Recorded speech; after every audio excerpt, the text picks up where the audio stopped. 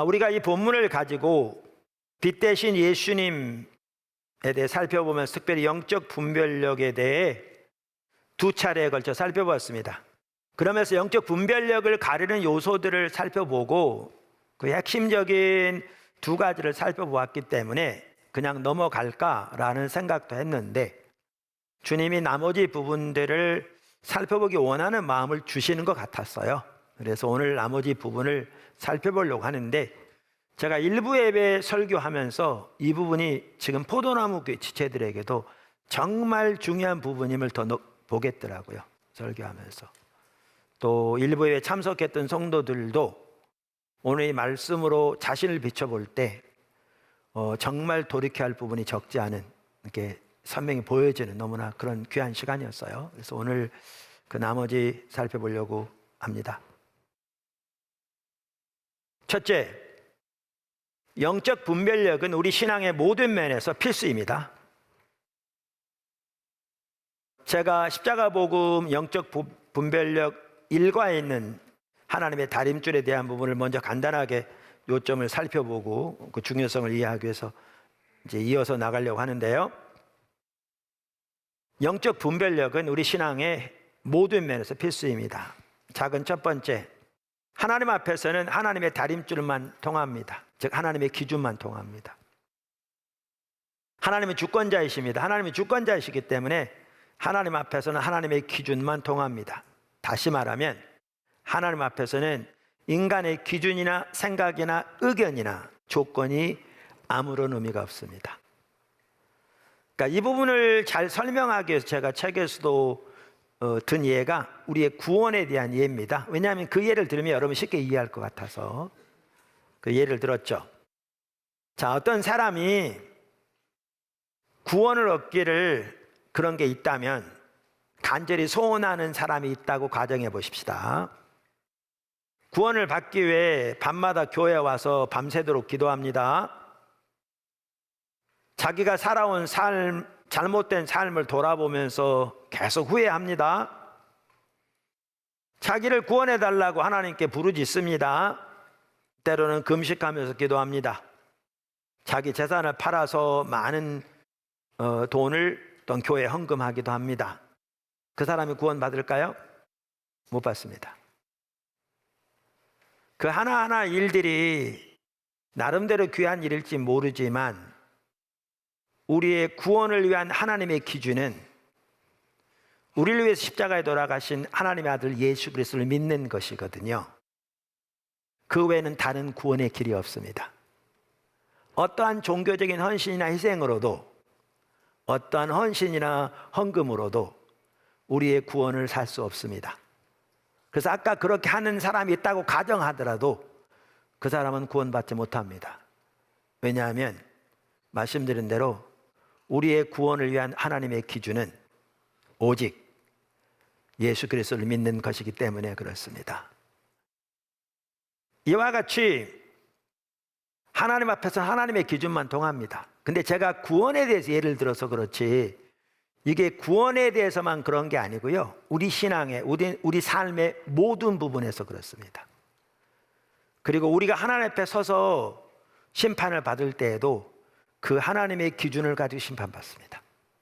내 생각, 내 의견, 사람들의 평가, 사람들의 의견 조금도 중요하지 않습니다. 하나님의 기준으로만 판단을 받습니다. 작은 두 번째, 하나님의 다림줄이 합하지 않으면, 즉 하나님의 기준이 합하지 않으면 하나님 앞에서는 아무런 소용이 없습니다. 하나님은 주권자라서 하나님 앞에서는 하나님의 다림줄, 즉 하나님의 기준만 통하기 때문에 그것이 하나님의 다림줄에 합하지 않으면 모든 종교적인 활동과 아무리 큰 희생과 헌신이라도 하나님 앞에서는 아무런 의미가 없습니다. 사실 우리의 예배도 그렇고요, 우리의 기도도 그렇고요, 우리의 헌신도 그렇고요, 모든 면에 다 그렇습니다. 자, 이제 큰 두 번째, 영적 분별력을 방해하는 요소들, 영적 분별력을 방해하는 요소들. 그러니까 영적 분별력이 이만큼 중요한데 올바른 자세가 필수다 말씀드렸어요. 근데 영적 분별력을 방해하는 요소들이 있다고요. 그래서 우리가 올바른 영적 분별력을 가지려면, 하나님의 관점을 가지려면 하나님의 은혜로 주어지는 것이지만 우리가 방해하는 요소들을 제거해야 한다. 이제 그러면서 그렇지 않으면 그게 편견으로 작용한다. 우리가 오목고울 블록고울 앞에 서면 우리의 모습이 왜곡되게 보이는 것처럼. 그러면서 제가 5가지 중에, 제 책에 있는 5가지 중에 2가지를 살펴봤습니다. 세 번째, 개인적인 경험.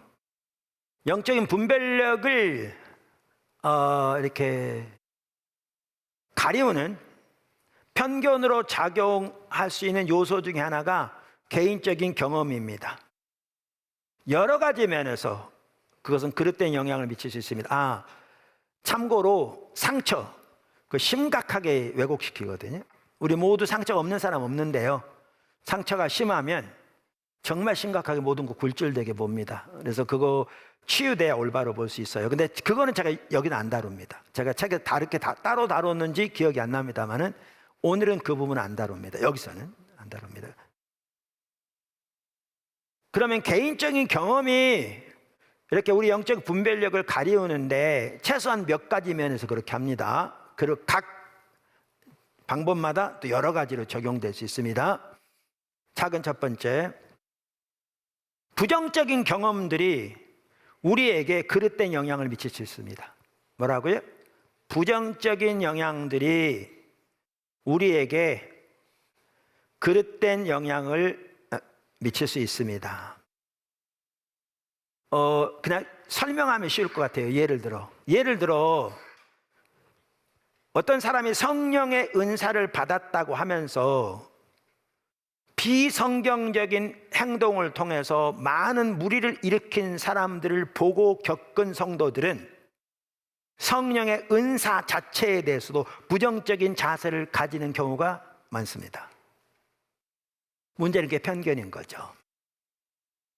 여러분, 오늘날 목회자 중에 성령의 은사에 대해서 부정적인 은사, 특별히 기적적인 은사들에서 부정적인 이해를 가지고 있는 목사님들에게 그게 왜 성경적으로 잘못됐다라고 물으면, 다는 아닐지라도 너무나 많은 부분들은 자기가 어떤 사람들을 옛날에 만났었는데 그 사람이 소위 예언한다고 뭐 방언한다고 그랬었는데 그들이 하는 행동을 보면 그게 어떻게 성경적인 은사냐, 그래서 그건 다 잘못된 거다, 이렇게 말하는 걸 많이 볼 수 있을 겁니다.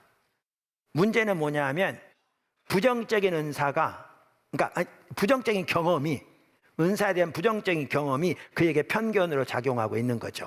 근데 제가 왜 편견이라고 말하고 있느냐면, 그 경우 그 은사를 받았다고 하면서 행동한 사람이 잘못한 것이지 은사 자체가 문제 있는 게 아닙니다. 둘은 분리해야 합니다. 근데 분리를 안 하는 거죠. 왜냐하면 성경에는 은사는 빛들의 아버지께로부터 온 온전한 것이라고 분명히 말하고 있거든요. 그래서 야고보서 1장 17절 이렇게 말합니다. 각양 좋은 은사와 온전한 선물이 다 위로부터 빛들의 아버지께로서 내려오나니 그는 변함도 없으시고 회전하는 그림자도 없으시니라. 말씀드린 대로 어떤 사람이 은사를 받았다고 하면서 전혀 비성경적인 옳지 못한 행동을 했다면 그것은 그 사람이 잘못한 것이지 은사 자체가 문제가 있는 것은 아닙니다. 그런데 그러한 경험으로 인해서 은사 자체에 대해서 부정적인 인식과 이해를 가지고 있다면 그건 편견으로서 하나님 앞에서 회개할 죄입니다. 그 회개하고 돌이켜야 합니다.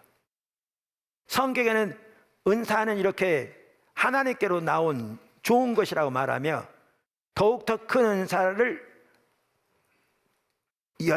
간절히 사모하라고 되어 있거든요. 둘째, 아까 그 작은 두 번째, 우리의 개인적인 경험을 다루고 있습니다. 경험이 없는 것이 그릇된 영향을 미칠 수 있습니다. 그러니까 부정적인 경험이 그릇된 영향을 미칠 수 있고요, 경험이 없는 것이 그릇된 영향을 미칠 수 있습니다. 자, 우리의 올바른 신앙은 당연히 말씀이 먼저이고 경험이 나중입니다. 그래서 어떤 성경 공부에 보면 말씀이 앞에서 끄는 기차고 경험이 뒤에서 이제 이렇게 딸려가는 이렇게 기차 칸처럼 이렇게 그림이 나와 있는 경우도 있습니다. 그래서 우리는 경험을 가지고 말씀을 이해하는 것이 아니라 말씀을 가지고 경험을 이해합니다.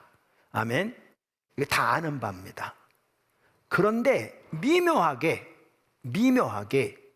경험이 없는 것이 편견으로 작용해서 말씀을 올바로 이해하지 못하도록 가로막을 수도 있습니다. 그러니까 그렇게 한다면 실제로는 경험을 앞세우는 거죠. 한편은 경험이 중요합니다. 왜냐하면 우리의 신앙은 단순히 교리가 아니거든요. 단순히 이론이 아니라고요. 하나님의 말씀을 우리가 분명하게 교리로 알되 그 지식만 하더라도 성경에 말한 지식은 경험적인 지식이잖아요. 다 실제적인 지식. 그 말씀을 붙들고 그 말씀이 우리 삶의 실제가 되게 우리는 추구해야 되잖아요. 그러면서 그 삶이 실제로 우리 삶에 구현되어지면서 얻어지는 실제적인 지식이 참다운 지식이거든, 성경에 말하는. 그러니까 당연히 말씀이 앞서되 그 말씀은 경험을 동반하게 돼 있습니다. 우리가 신앙생활 한다 그러면서 이론적으로만 그냥 머릿속에 가득 차 있는데 전혀 말씀을 경험하지 못한다, 이게 바리새인이잖아요. 그걸 올바로 이해하지 못하는 거죠. 그런데 말씀드린 대로 말씀이 먼저고 경험이 나중이란 말은 맞습니다. 그런데 미묘하게 그게 경험이 없는 것이 편견으로 작용해서 말씀을 잘못 이해할 수 있도록 또 합니다. 그러니까 그 경우에는 오히려 경험이 앞서버린 거죠. 작은 세 번째, 부정적인 경험 못지않게 긍정적인 경험들이 그릇된 영향을 미칠 수 있습니다. 무슨 말이냐면 자기가 경험한 하나님의 축복, 또 은사, 세상적인 영향력, 그게 하나님의 축복으로 주어진 것이라 할지라도 그것들이 우리의 눈을 가려서 하나님의 관점에서 올바로 보지 못하도록 부정적인 영향을 얼마든지 미칠 수 있습니다. 얼마든지. 정말 심각합니다. 그러니까 사실 우리가 끝까지 겸손히 남아있는 게 참 쉽지 않습니다. 하나님 우리를 조금 높이실 때, 하나님 우리를 조금 사용하실 때, 하나님 조금 우리를 드러내실 때, 하나님 조금 우리를 통해서 하나님의 일을 이루실 때 정말 조심해야 되는데 끝까지 겸손하게 남아있기가 참 쉽지 않습니다. 그게 가장 큰 싸움이기도 하죠. 그래서 이 부분에도 작용합니다. 네 번째, 우리의 눈을 가리는 것, 여태까지의 지식입니다. 그러니까 하나님 말씀 앞에 그렇게 떠오는 자세를 가지고 서기 위해서는 그때까지 가지고 있는 지식도 내려놓아야 합니다. 어떻게 들으면 이 말은 지나치게 들릴 수 있는데요, 매우 중요한 부분입니다. 예를 들을게요.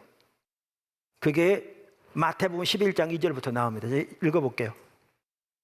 요한이 옥에서 그리스도께서 하신 일을 듣고 제자들을 보내어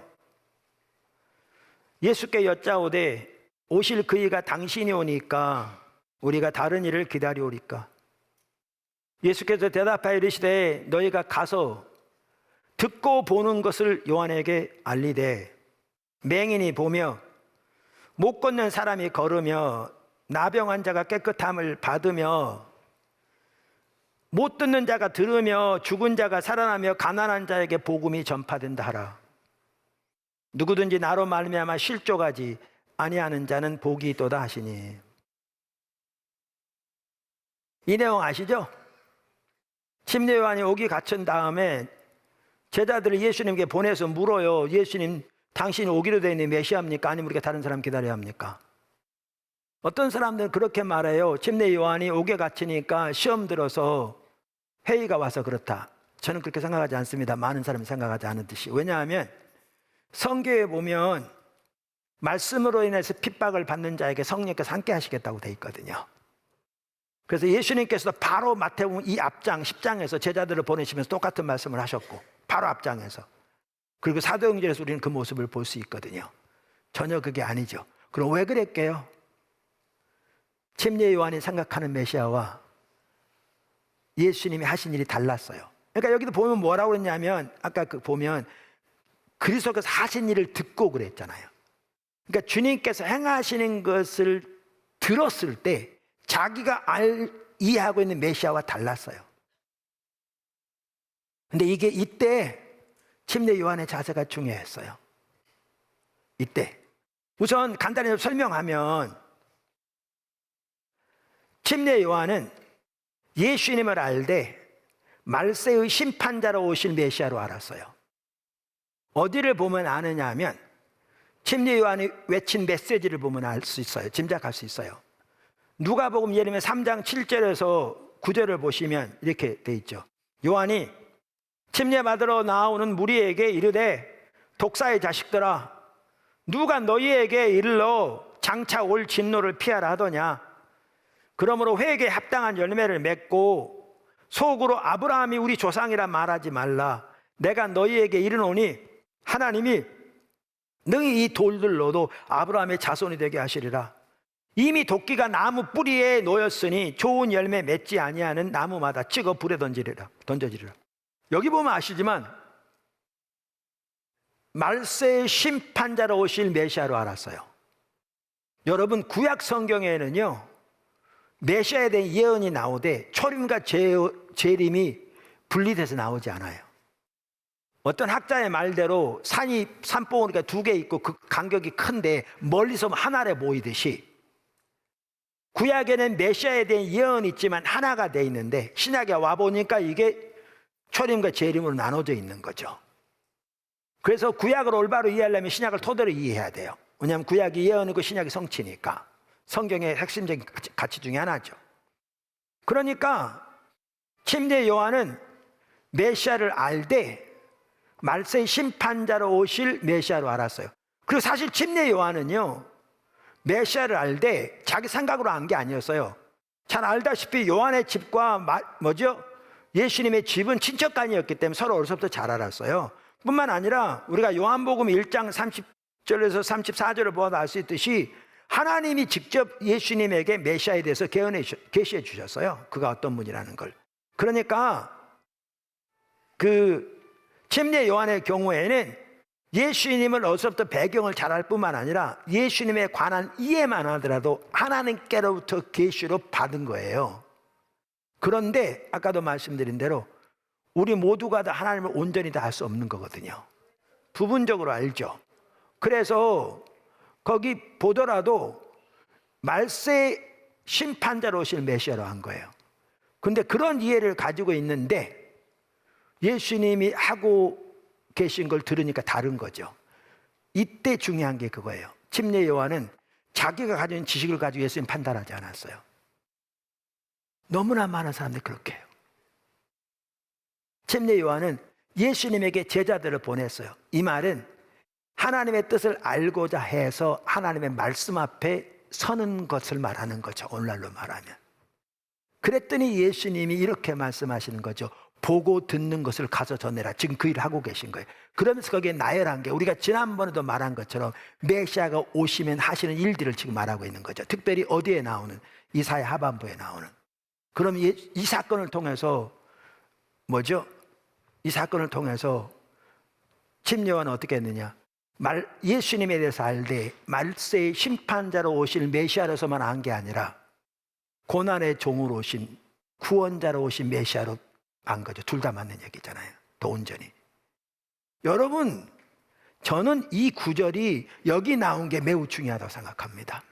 왜냐하면 마태복음 보면 지난번에도 말씀드렸는데 1장에 족보가 나오고요. 2장부터 예수님의 탄생, 침례의 탄생 이렇게 쭉 예언되고 침례의 탄생 먼저 있고 그 다음에 예수님이 침례를 받으시고 마귀의 시험 받잖아요.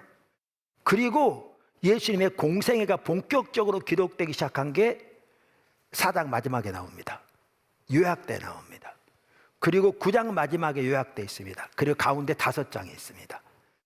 거기는 둘로 나눠져 있죠.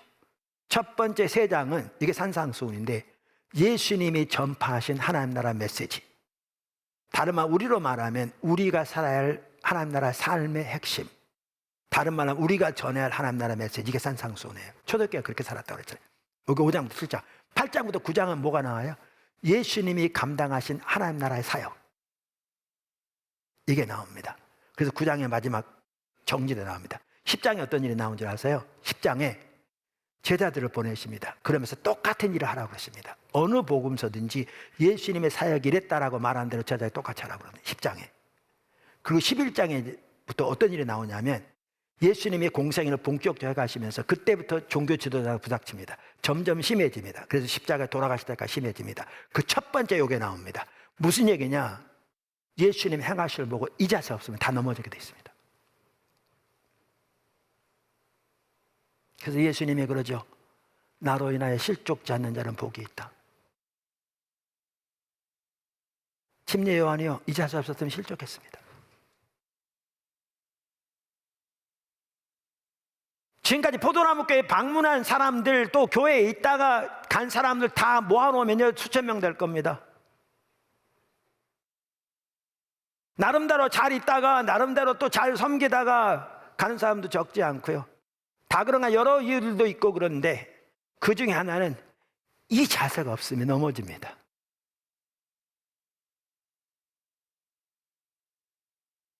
넘어져요. 끝까지 겸손해야 되거든요. 끝까지 자라나야 되는데 하나님께서 지금 우리를 선교적 교회로 인도하고 계시잖아요. 무슨 말이냐? 우리 모두가 십자가 복음의 삶을 살 때 그것이 선교적 교회로 열매 맺어야 되거든요. 그리고 선교적 교회의 선교적 삶을 살려면 십자가 복음의 삶이 기초가 돼야 되고, 하나님이 연장해서 인도해 가실 때 그걸 따라가려면 지금까지 안다고 생각하는 것마저도 주님의 말 앞에 내려놓고 하나님의 말씀을 토대로 주님의 인도 따라 순종해 가야 자라납니다. 매번 그렇습니다. 다섯 번째, 사람들의 평가와 의견. 그러니까 사람들의 평가와 의견도 우리 눈을 가릴 수 있습니다. 간단히 설명하고 넘어가겠습니다. 이러면 우리가 존경하는 목회자나 스승의 영향을 우리는 받기 쉽습니다. 좋은 영향을 당연히 받는 건 좋습니다. 그런데 어떤 경우에 그분들의 의견이 참된 진리인 것처럼 우리에게 자리 잡기 쉽습니다.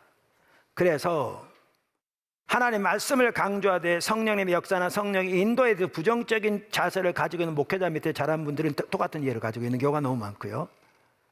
다양한 부분에서 그렇습니다. 그러면서 그들은 그것이 성경적이라고 생각할 수 있습니다. 문제는 성경에 토대한 게 아니고 사람의 의견에 토대한 겁니다. 아까 많은 분들이 여러 목회자에게 들은 것 중에 자기 마음에 와닿는 대로 선별적으로 받아들여서 그것이 그들의 머릿속에 소위 신앙관을 형성하고 있고, 그러니까 그게 그들이 믿는 바이블인 거죠. 그에 따라 행동하는. 그렇게 행동하는데 그때 제가 경험한 거는 그때 어떤 사람의 영향력이 크냐 하면 큰 교회 목사의 영향력이 큽니다. 그러니까 제가 이렇게 나눌 때 그 머릿속에 있는 거에 들어있지 않으면 안 받아들입니다. 그러니까 성경을 전혀 보지 않는 거죠. 기초적인 지식도 없을 뿐만 아니라. 그러면서 저한테 뭐라고 반박했냐 하면 거기서 하나 꺼내는 거죠. 어떤 목사님이 이렇게 말하던데 이렇게 나오는 겁니다. 근데 그 목사님이 큰 교회를 다ним하면 영향이 크는 거죠. 얘기인즉슨 하나님이 함께하니까 교회가 커지지, 그렇게 생각하는 거죠. 큰 교회 다니는 사람들 많이 그렇게 생각합니다. 이단 교회도요, 수만 명 되는 이단이 있습니다. 사탄을 믿는 사탄교도 수만 명 되는 교회도 있습니다, 미국에. 성경이 하나님의 기준이라고 말하면서 완전히 눈이 옆으로 가버린 거예요. 분별력이 가려진 거죠. 엉뚱한 데 자부심을 가지고 있는 거죠. 그래서 사람의 평가와 의견도 중요하지만 그것도 결국은 하나님의 말씀 앞에 내려져야 합니다. 그래서 우리가 그럼 영적 분별력에서 뭐가 중요하느냐, 하나님의 말씀 앞에 떠는 자세가 중요한데, 말씀드린 대로 당시에 팽배한, 그러니까 전통 잘못된 앞에다 붙인다면, 아까 설명을 했고, 당시에 팽배한 신앙관 왜곡된을 붙인다면, 개인적인 경험, 여태까지 가지고 있는 지식, 사람들의 의견이나 평가 등도 내려놓고 하나님의 얼굴을 집중적으로 구하며 하나님의 뜻을 알아 그 가운데 행하고자 하는 자세로 주님 말씀 앞에 서야 합니다. 하나님 말씀 앞에. 그리고 하나님의 말씀의 길이 깨달아지는 대로 말씀이 그러하기 때문에 선택의 여지가 없이 그 말씀에 순종해 나가기를 추구해야 합니다. 그래야 자라납니다. 그래야 분별력이 열립니다. 그래야 하나님의 관점이 보여집니다. 포도나무교회 지체들이 다 그렇게 되기를 예수님 축복합니다. 사실 오늘 이 부분 넘어가려고 했는데 약하게 감동을 주시긴 했지만 하기를 원하시는 것 같아서 나눴는데, 나누다 보니까 1부 예배, 2부 예배 모두 정말 우리 지금 현재 포도나무 지체들을 하더라도 이 부분에서 정말 돌아볼 부분이 많은 것 같습니다. 적용하면서 자신을 돌아봐야 할, 그리고 돌이켜야 할. 그래서 그렇게 주님 앞에서 돌이켜주고 하나님과 더 동행하는 자로 나가고 하나님과 관계도 성숙하고 영적인 분별력도 더 하나님 은혜로 주어지기를, 그래서 주와 더 깊이 동행하는 삶이 되기를 예수님 축복합니다.